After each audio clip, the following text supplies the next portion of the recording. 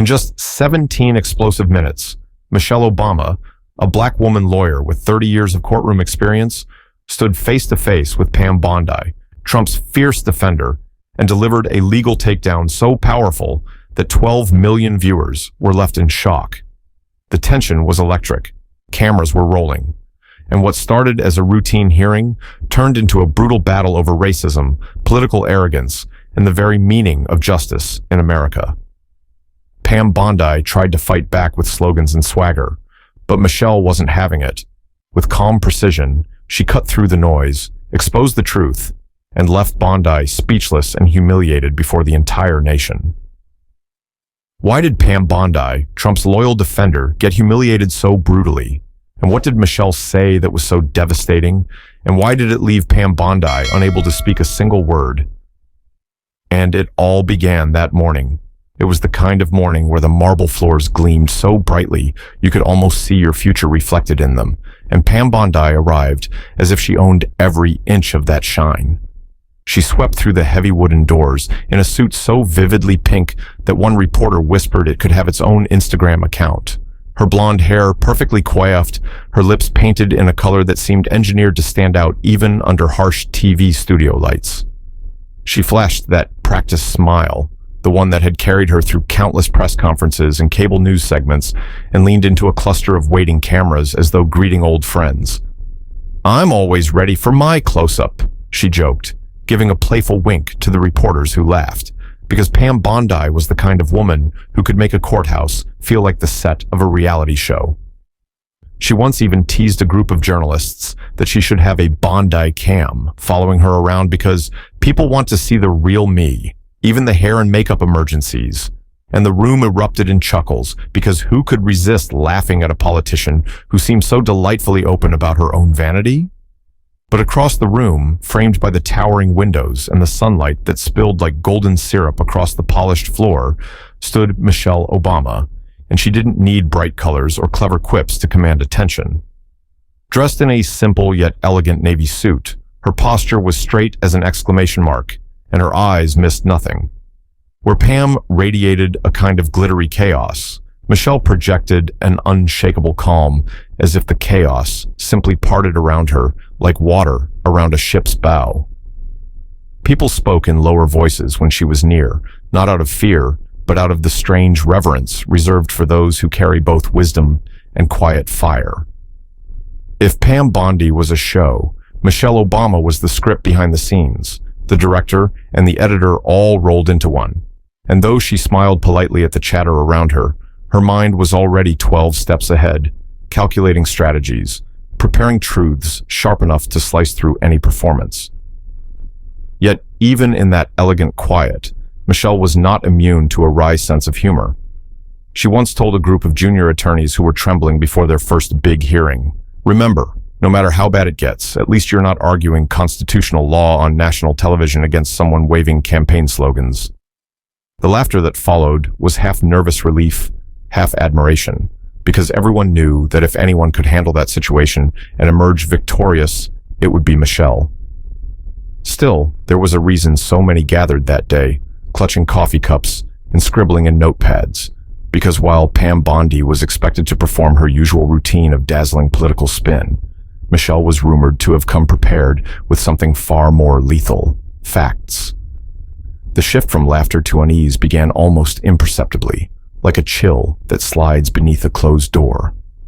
Behind Pam's dazzling smile lay a career built less on legal nuance and more on perfecting the art of deflection, on turning tough questions into applause lines, and on framing every issue as a personal attack against her or, more crucially, against the man she'd so loyally served, Donald Trump. Many admired her confidence, but insiders whispered about the thinness of the legal substance beneath the glitter. She was a headline machine, a star of sound bites, but few could recall a single moment where she'd stunned a courtroom with brilliant legal argument. In stark contrast, Michelle's reputation was the stuff of whispered legend among legal circles. She'd spent decades navigating rooms filled with men who underestimated her, men who thought a black woman would hesitate to speak hard truths or wield the Constitution like a weapon. She had, time and again, proven them wrong. Lawyers who'd once opposed her still spoke of the icy precision with which she dissected arguments, how she would sit silently for minutes, eyes narrowed, until she delivered a single question that left entire legal teams fumbling for words. It wasn't just her knowledge of the law. It was the way she wielded it like a scalpel, revealing the soft spots beneath grandstanding and bluster. That was why, beneath the buzz of press chatter and the polite jokes, there was an undercurrent of something deeper in that room, an understanding that this day was not simply about one hearing or two public figures trading barbs. It was about the collision of two Americas, one that believed power was measured by volume and spectacle, and another that believed true power lay in facts, in logic, in the relentless pursuit of justice. And as the cameras adjusted their focus and journalists whispered to each other about the confrontation to come, no one could deny the sense that they were about to witness something seismic. This was no longer just Pam Bondi and Michelle Obama. It was a high-stakes battle between glamour and steel, between political theater and legal truth. And in the hush before the proceedings began, the entire nation seemed to hold its breath, waiting to see which woman would emerge unbroken from the storm about to unfold. Pam Bondi didn't just stroll onto America's political stage. She practically burst through the curtain, glittering like a fireworks show, leaving behind a trail of bold colors, bright smiles, and endless sound bites. From the moment she first appeared on national television, wearing suits and colors so vibrant they could stop traffic, it was clear she knew the secret to getting attention. Keep your sentences short, your makeup flawless, and your voice brimming with righteous confidence. The montage of her greatest hits could have played like a highlight reel for a pop star. Pam leaning into a podium, hair shining under studio lights, proclaiming, "The American people deserve the truth." Then cutting to another clip of her on a news panel, chin lifted high, insisting, "This is about law and order." As pundits nodded and the Chiron blazed her name in bold letters, she'd flash that dazzling grin, toss out phrases like witch hunt, fake news, or protecting our borders. And it didn't seem to matter whether she was discussing immigration, impeachment, or the price of gas. It all sounded like a campaign rally distilled into 30-second bursts of fire and fury. And the truth was, audiences loved it. News hosts loved it. Producers loved it. Pam Bondi was television gold, a woman who never stumbled over words because she kept them so simple. They rolled off her tongue like slogans printed on a bumper sticker. The narrator's voice might have quipped with gentle sarcasm, "If talking points were currency, Pam Bondi would be a billionaire and probably offering a discount for bulk purchases." She was invited back again and again because she delivered what TV thrives on: drama, conflict, and a confident face that seemed to promise viewers that she, at least, knew exactly what she was doing. Yet beneath that dazzling stage presence, few noticed, or wanted to notice, that Pam Bondi was a master of appearances, not substance. But as the laughter over her media theatrics faded, a harsher truth began to rise like an unwelcome chill. Because for all the bright lights and applause, Pam's loyalty to Donald Trump became her defining feature, eclipsing everything else in her career, including her skills as an attorney. The deeper into Trump's inner circle she went, the less anyone talked about her legal record, and the more they talked about how fiercely she defended the president, no matter the facts. She wasn't just a political ally. She was a shield, a voice that thundered with certainty even when evidence was thin, and a fixture on TV screens anytime a scandal threatened to singe the edges of Trump's administration. Then came the cracks in the armor.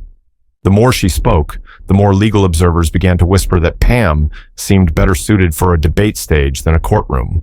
Her speeches were fiery, but her arguments were shallow, her confidence unmatched, but her citations of the law suspiciously absent.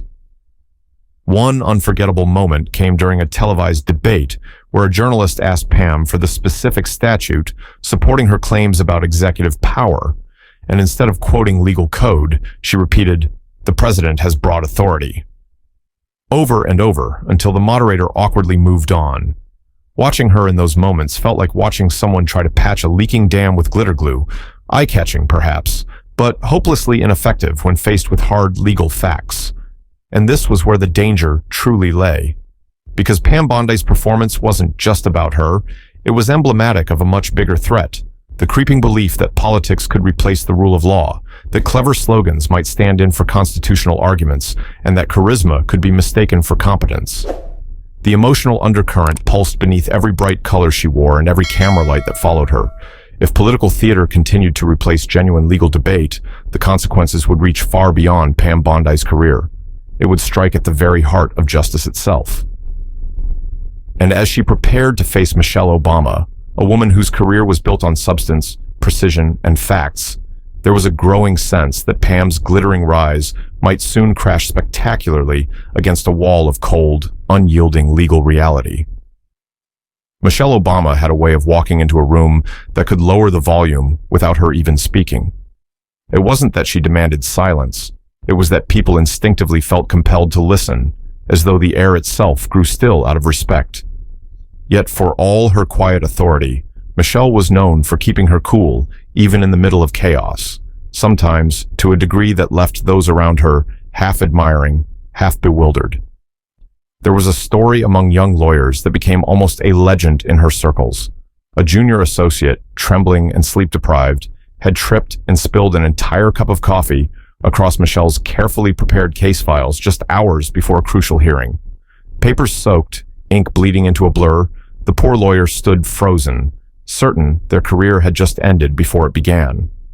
Michelle merely looked at the mess, gave a soft laugh, and said, "Don't worry, we're still winning," then calmly gathered the dripping pages and began re-outlining her arguments on the back of a legal pad as though nothing had happened. The entire team, who'd been seconds away from full-blown panic, simply stared at her in awe, because in Michelle's world, panic was wasted energy, and problems existed only to be solved. But beneath that gracious composure was a mind honed like a blade, sharpened on decades of navigating a system that had never been built to welcome a woman like her. Michelle was more than a skilled attorney. She was a strategist who understood that the law was not merely a set of rules, but a living shield that could protect the vulnerable or become a weapon in the wrong hands. Her career read like a record of battles fought in silence, long before they ever reached a courtroom.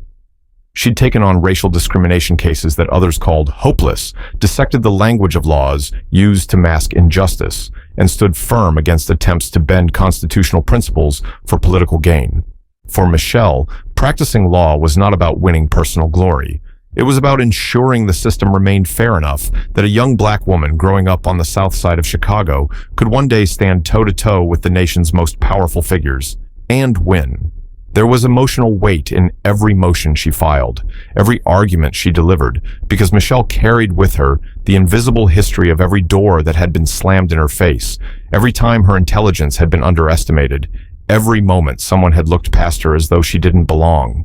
She wore that history not as bitterness, but as armor, as a reminder that her voice could be the difference between justice upheld and justice denied.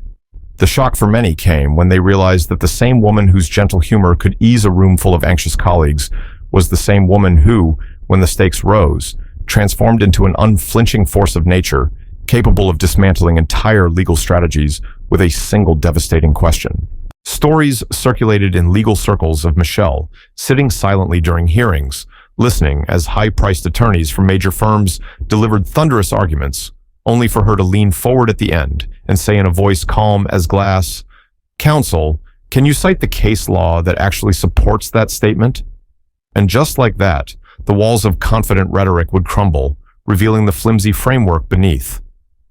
In one memorable case, a corporation's legal team spent hours insisting on their right to deny certain benefits to employees, cloaking it in legal jargon and corporate necessity. Michelle simply held up a slim sheaf of papers and said, "Your Honor, the statute is only 6 paragraphs long. I'd like to read them." By the time she finished, the judge ruled against the corporation in a decision that rippled through the industry for years. This was Michelle's quiet storm, a woman whose laughter was genuine, whose kindness was disarming, but whose mind was a fortress built on discipline, memory, and unshakable conviction. And on the day she faced Pam Bondi, those who knew her best sensed that Michelle wasn't merely preparing to win an argument. She was preparing to deliver a reminder, as only she could, that in the halls of American justice, the truth and the law would always outlast the loudest voice in the room. Pam Bondi made her entrance the way a movie star walks the red carpet, head held high, chin slightly tilted so the cameras could catch her best angle. Her suit today a dazzling shade of electric blue that seemed almost to hum under the courthouse lights. She strutted past rows of spectators, heels clicking with the authority of someone who believed every step deserved a headline, flashing a wide, toothy grin that suggested she'd already decided she'd won. Even as security staff tried to maintain the solemn atmosphere, murmurs of laughter rippled through the benches, because it was impossible not to notice that Pam looked less like an attorney preparing for legal war and more like she was about to host a primetime reality show. She paused to wave at the press pool, tossing her hair off her shoulders in a move so perfectly timed that one reporter was overheard saying, "I think she rehearsed that in the mirror this morning." Then, with theatrical flourish, Pam adjusted the microphone in front of her seat as though expecting it to broadcast her voice to millions, and when she finally spoke, it was with the full volume and cadence of a rally speaker, commanding a stadium crowd rather than addressing a hearing room filled with sober-faced legal professionals. The audience tittered as she launched into her first few sentences, because there was something almost absurd about the booming, energetic tone echoing off marble walls, meant for quiet legal arguments. "Ladies and gentlemen, the American people have spoken," she proclaimed, hands slicing the air for emphasis, voice ringing with the familiar fervor she reserved for television appearances. A few people exchanged glances, trying and failing to suppress giggles, because hearing Pam's campaign trail voice in a setting lined with heavy legal tomes and stern-faced bailiffs felt a bit like watching someone perform karaoke in a library. And amid the swirl of bright color and booming rhetoric, Michelle Obama sat as still as a stone at the opposite table, hands folded neatly, her expression unreadable except for a faint, almost imperceptible lift of her left eyebrow, a gesture that those who knew her well recognized as the quiet signal that she was already dissecting every word, every weakness, and was preparing to strike. And strike she did, but not with bluster or volume. Instead, Michelle waited, letting Pam finish a particularly dramatic flourish about the will of the American people and the president's absolute right to secure our borders, before leaning forward with a calm so icy it seemed to drop the temperature of the entire room. "Ms. Bondi," Michelle said, her voice low, measured, each syllable enunciated like the crisp edge of a blade. "This isn't a campaign rally. Cite your legal authority." The words sliced through the air with surgical precision, and the impact was immediate and electric. A hush fell over the chamber so abruptly that it was as though someone had flipped a switch, silencing every shuffle of paper and whisper of breath. Heads swiveled from Pam to Michelle and back again, like an audience at a tennis match, suddenly realizing the real game had only just begun. Pam, for a heartbeat, looked as though someone had slapped her. Her mouth hung open, painted lips forming a small, perfect O, eyes darting left and right as if searching for teleprompters that weren't there. The color seemed to drain a shade from her face as the echo of Michelle's words bounced off the marble. And in that frozen second, it became clear to everyone in the room, spectators, reporters, even the stone-faced security staff, that this was not going to be the performance Pam Bondi had imagined. This was no safe space for slogans. This was Michelle Obama's domain now, a place where only the law would decide who left victorious and who left defeated. The silence that settled after Michelle's demand for legal authority seemed to stretch on forever, as if the entire room was collectively holding its breath, waiting to see what Pam Bondi would produce to back up her thunderous claims. For a few excruciating seconds, Pam simply blinked, her painted lips pressing into a thin, uncertain line, as though her mind was flipping frantically through mental flashcards that had suddenly gone blank. Then, with a hesitant glance around the chamber and a little shuffle in her chair, she did something so bizarre, so gloriously out of place, that it immediately transformed the room's tension into a mixture of confusion and stifled laughter. Pam, Trump's fierce defender, the woman who had stormed countless news studios armed with bulletproof confidence, reached slowly, almost sheepishly, into her purse and pulled out her smartphone. She held it delicately, as though hoping if she kept it low enough, nobody would notice. But of course, in that courtroom, lit brighter than any TV studio, everyone noticed. The narrator's voice practically smirked as it cut in. When in doubt, Google it, unless you're under oath and arguing national immigration policy. Pam began tapping and swiping furiously, her manicured nails clicking against the screen like a woodpecker in a panic.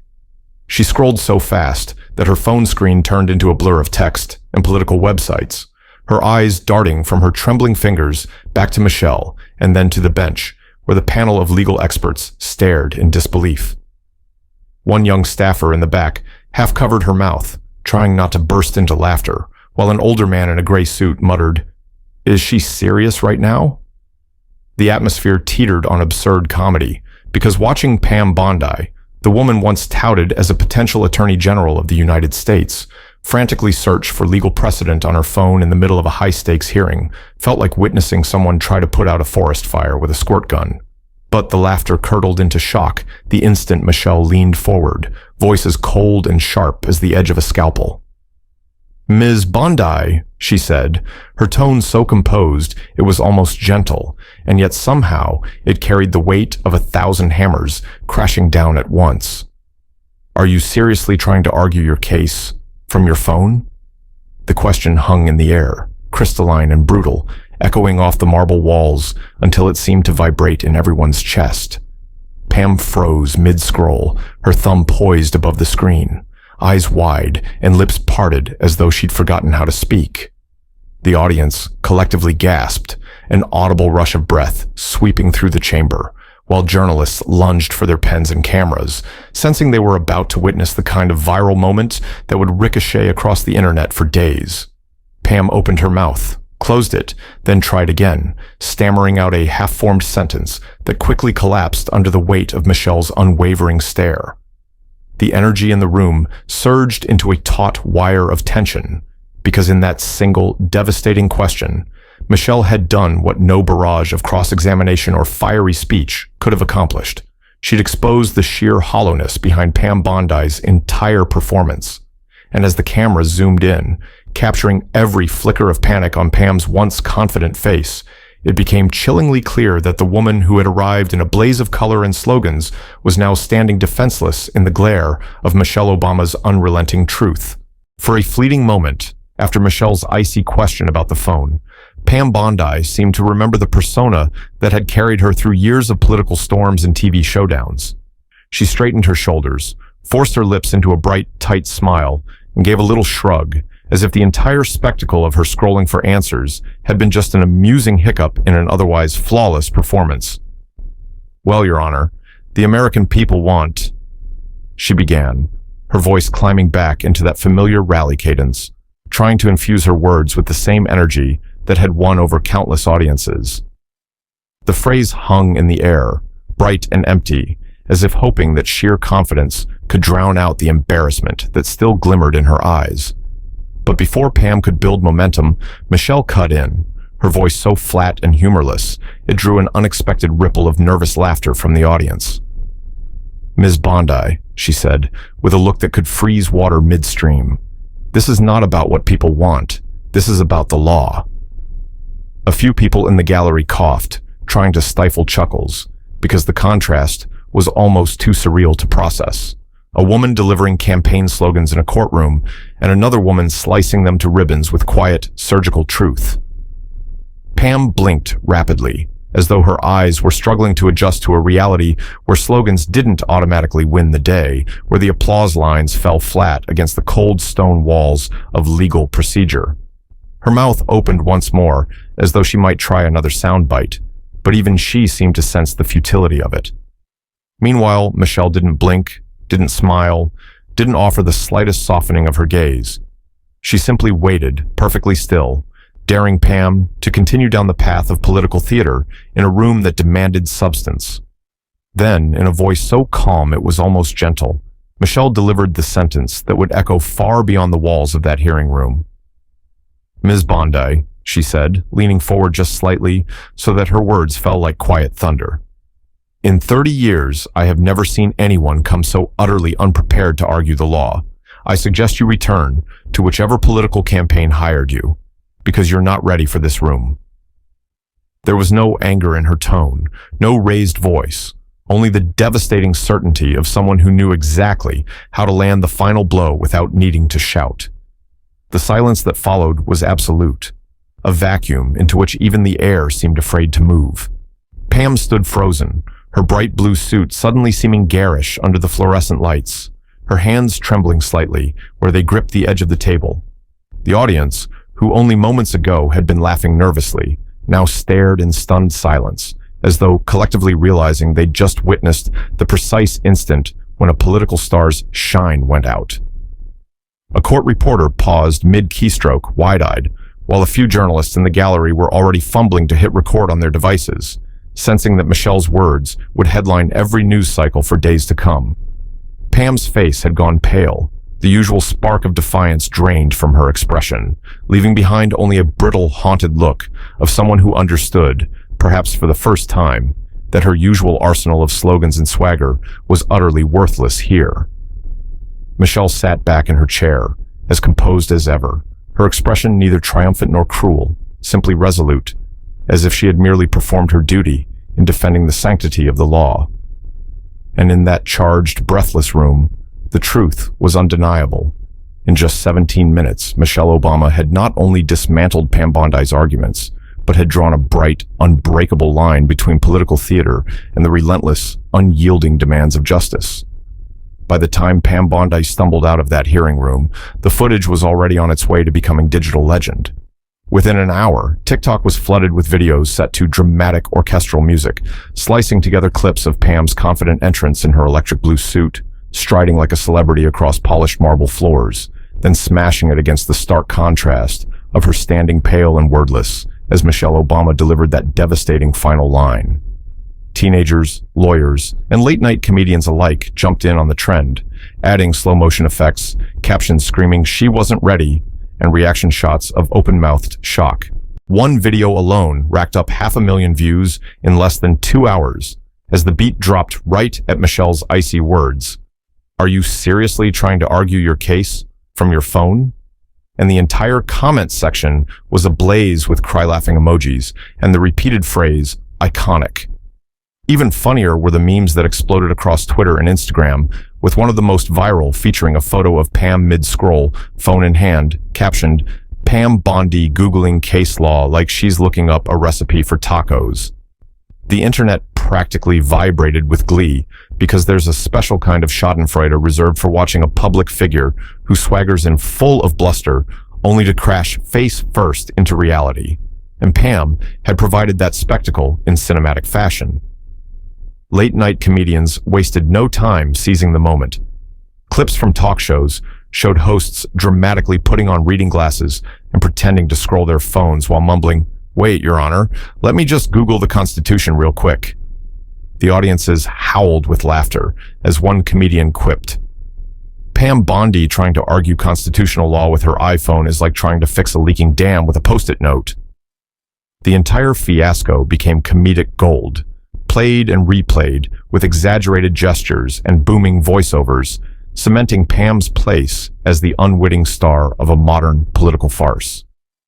For a brief, shining moment, her name trended higher than celebrity divorces and championship sports finals, as hashtags like Michelle Destroys Pam and Justin Google Lawyer surged across social media. People who had never heard of Pam Bondi before were suddenly experts on her downfall, sharing clips at dinner tables, in office break rooms, and over text threads that all seemed to end with the same stunned refrain. "Did you see what Michelle did to her?" But beneath the waves of humor and viral memes, a colder, more serious current was forming, rippling outward in political circles that understood the stakes were far higher than a trending hashtag. Inside Trump's inner circle, alarm bells were ringing, because Pam wasn't just another spokesperson. She was a loyal foot soldier whose credibility had just been obliterated in public. The team scrambled to contain the damage, realizing that every second of that hearing was now preserved on the internet forever, impossible to spin or bury. Republican senators, many of whom had once praised Pam's fierce loyalty and TV presence, began to murmur in private about whether someone so thoroughly dismantled in a public forum could possibly survive a Senate confirmation as Attorney General. One aide was overheard in a Capitol hallway muttering that Nominating Pam after this would be like sending a lamb into a lion's den. The shock reverberated not just through political strategy sessions, but through the very heart of how the administration handled its legal battles, because Pam's meltdown had become proof that slogans and showmanship could crumble when faced with the relentless weight of real legal scrutiny. And amid the echo of jokes and hashtags, a sobering truth settled over those who watched the full 17-minute spectacle unfold. This moment was never just about one woman losing her composure or one sharp retort going viral. It was about a line being drawn in the sand, a bright, blinding line that declared the courtroom was sacred ground, where facts mattered more than followers, and where justice could still stand taller than any political brand. Michelle Obama had not only defended the law, she had reminded the country in front of millions of witnesses that democracy cannot survive if truth is drowned beneath the noise of political theater. And as the video continued to spread like wildfire across screens small and large, a sense of quiet awe grew alongside the laughter, because people knew they had just witnessed a rare and necessary moment, the law, unbending and unapologetic, reminding everyone exactly who holds the real power when the cameras stop rolling. As the dust settled over the viral whirlwind and the last memes were shared with gales of laughter, the narrator's voice slipped back into view, tinged with a wry amusement that softened the gravity of everything that had just unfolded. "Memo to all future politicians," the voice intoned, half teasing, half warning. "Never mistake a legal hearing for a campaign rally. Judges and lawyers don't clap for slogans. They clap for case law." The words hung in the air like the punchline of a long, bizarre joke. And somewhere, one could almost imagine Pam Bondi rolling her eyes and muttering that she'd learned that lesson the hard way. People chuckled at the absurdity of it all, the bright suits, the phone fiasco, the way a woman so practiced at political combat could unravel so completely under the quiet scrutiny of someone who came armed not with catchphrases, but with the precision of legal truth. But as the laughter faded, it was impossible to deny that something far more significant had occurred than a simple public embarrassment. Because in a time when political noise often drowns out substance, when social media spins illusions faster than facts can catch up, what happened in those 17 minutes became a fierce reminder that there are still places where the truth cannot be bullied into silence. The courtroom, with its marble walls and solemn rituals, remained a sacred space where facts were not optional, where evidence reigned supreme, and where even the most powerful names could be forced to answer the simplest and most devastating question: where is your legal authority? It was a place immune, at least for a time, to the blinding glare of celebrity and the seductive roar of partisan applause, and Michelle Obama had stepped into that space as both guardian and warrior. Her takedown of Pam Bondi was more than a personal victory. It was a line drawn in defense of the principle that the law must stand firm. Even when politics grows so loud, it threatens to drown out everything else. It was a message that racism, political arrogance, and bluster would never be enough to silence the meticulous demands of justice. Michelle stood as the living proof that a calm mind and a relentless commitment to truth can triumph over even the most dazzling performance, and that the rule of law remains the last and strongest shield protecting democracy from being swallowed by spectacle. There was an emotional resonance in that moment that reached far beyond legal circles, echoing through the hearts of people who had grown tired of watching justice become just another prop in a never-ending political show. And so, as the video clips continued to circulate, as hashtags kept trending and debates raged on cable news, there was also a quieter story playing out in conversations over coffee, in classrooms, and around dinner tables. A story about the importance of courage, preparation, and the quiet dignity of standing up for what is right. Because sometimes it doesn't take an army or a revolution to defend the truth. Sometimes it takes just 17 minutes and one brave voice to remind a nation that justice still speaks louder than politics. The characters Michelle Obama and Pam Bondi, as portrayed in this story, are entirely fictional and do not represent real individuals or actual events. Any resemblance to real persons, living or dead, is purely coincidental. This story is a work of creative storytelling for entertainment purposes only.